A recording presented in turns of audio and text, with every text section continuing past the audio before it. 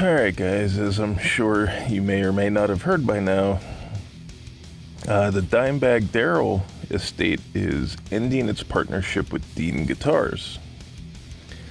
There's a fairly lengthy statement that was put out by the estate. I'm not going to read through the whole thing, but one thing I will point out is this paragraph, or this section. It says, as you know, after signing the deal with Dean Guitars in 2004, Dime was ecstatic to finally be working with the one and only Mr. Dean Zielinski, who's been gone from the company since 2008. Darrell had voiced several times that it was like going home where he belonged. It was something he was enormously proud of. I have spent days rereading through all of Darrell's guitar notes, lists, letters, and drawings, some not yet released. Knowing Darrell's wishes and seeing them written down on paper once again after all these years solidifies that he would not have stayed. I want to see Dime's words followed through and to have his legacy reach the level he intended. Basically, the general gist of the rest of it is Rita Haney made several attempts to amicably settled the dispute with Dean. She accuses CEO Evan Rubinson of basically not respecting Dime's legacy, and that they couldn't make the money they once did, and that she should go somewhere else if she so chose. There's no announcement as to where they will go. It's kind of a big thing because, Dean and Dime were, with the exception of the Washburn years when Dean was out of business, Dean and Dime are like two sides of the same coin as far as his guitar playing goes. I read through the lawsuit, and there is one section that kind of stood out to me. Page 10. There's a segment in here that just kind of rubs me the wrong way. It says, due to Abbott's untimely death at the young age of 38, he died without a will.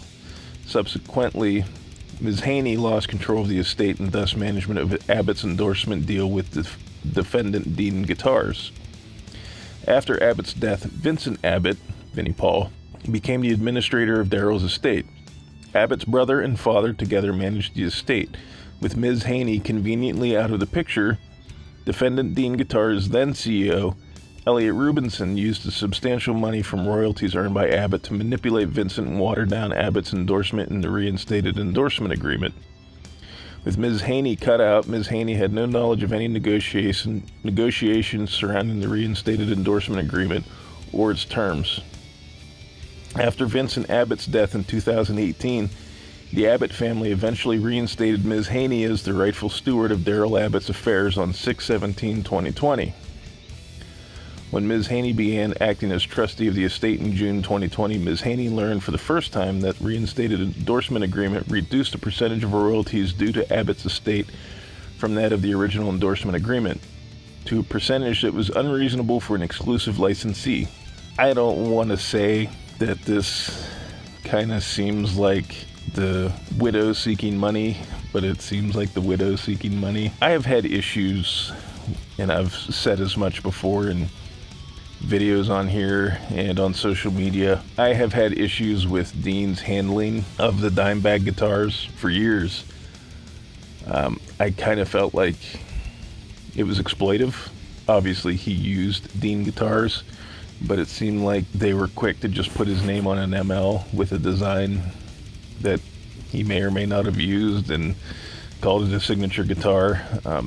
I get that by offering different finishes, you get more variety. When you start getting 40 models of stealths, I know 40's technically over exaggerating, but when you start getting more and more colors of stealths, like it goes beyond being a signature guitar and more like a high run production model.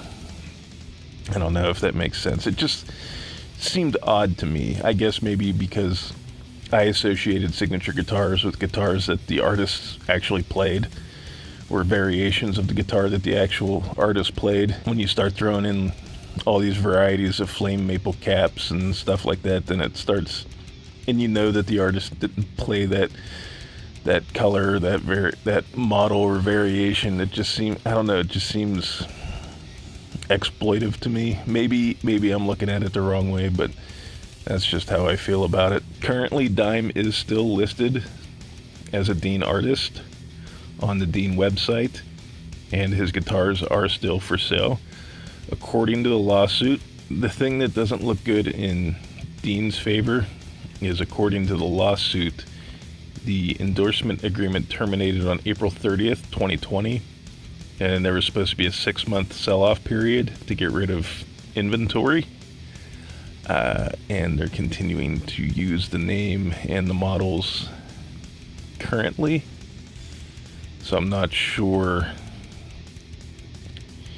she could have, she has a valid complaint there. Now, there is allegations that Rubinson was disrespectful towards her, and there's two sides to every story, and somewhere in the middle is the truth. And we only have one side of the story, so I don't know.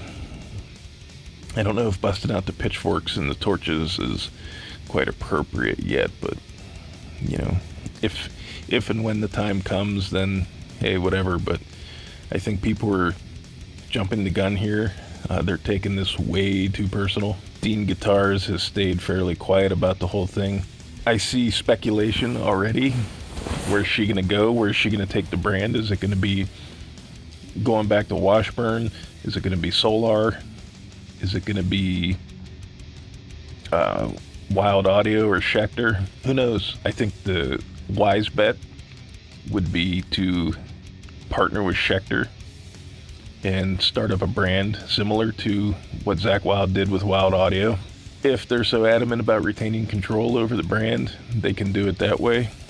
I think the problem with Solar is you'll have people that, I don't think the quality of the instruments will be called into question.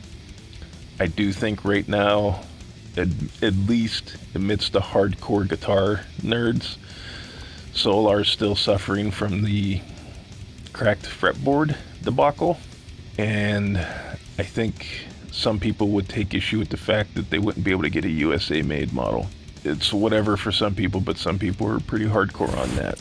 And I don't know if Washburn is in the position to pick up something like this, whereas Schecter, if they do like the Wild Audio thing, one thing working in Schecter's favor is Chewy, the guy that did the finishes on Dime's guitars when he was with Washburn, currently works for Schecter. So we'll see. It's like I said, this is still pretty early to call anything for sure. I think it could be argued that both parties involved in this lawsuit could be labeled as guilty of exploiting his legacy. I'm going to keep an eye on this and see where it goes. It's a big blow to Dean. What do you guys think? I know some people think that Dean's going to go under, but I think Dean does enough business outside of the Dimebag guitars that I'm sure they'll be fine. I think what's going to hurt them is I don't know where they're at in the Gibson lawsuit, and now they got this lawsuit, so that can get expensive.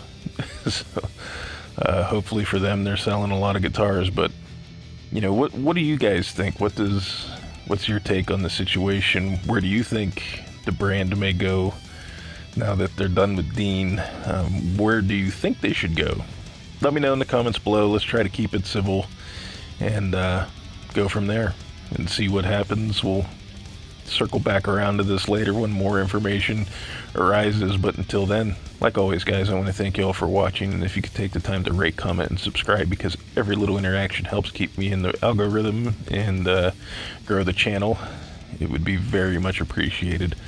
And again, thank you for taking the time to watch, and we'll see you in the next one.